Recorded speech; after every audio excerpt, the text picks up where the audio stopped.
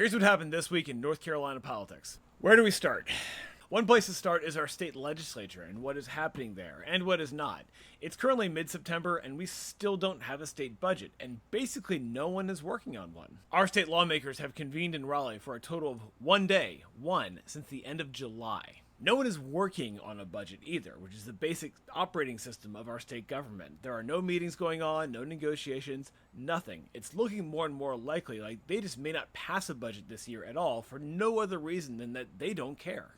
But if there's one thing that our state lawmakers are great at, it's political grandstanding, and there was plenty of that in Raleigh this week. The Republican leaders of our legislature held a press conference in Raleigh this week to blame Democrats for the horrible murder of Irina Zarutska, the Ukrainian refugee in Charlotte. Republican leaders blamed soft crime laws, and Mike Whatley was on hand to blame his opponent for the U.S. Senate, Roy Cooper.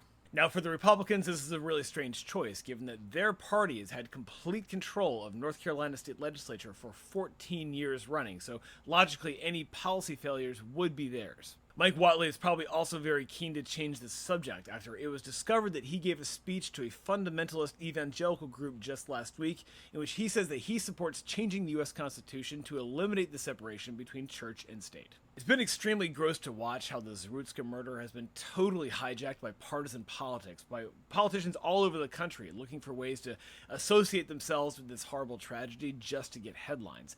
Even Dave Boliak, our Republican state auditor, says that his office will now be auditing the Charlotte Transit Authority just because. In some other news, towns and counties all over western North Carolina are still owed tens of millions of dollars in Helene recovery reimbursements by the federal government, and that money just is not flowing, and it's finally hit a breaking point even with some hardcore Trump supporters. This week, North Carolina Senator Ted Budd finally lost his patience. He put a hold on several key Senate appointments ordered by the Trump administration until they signed off on releasing more Helene recovery money to western North Carolina. Within hours, the Fed signed off on $12 million of the $64 million that western North Carolina communities are owed. We're still waiting on that other $52 million, though. They have the money, it's been approved by Congress, they're just sitting on it, and no one really knows why.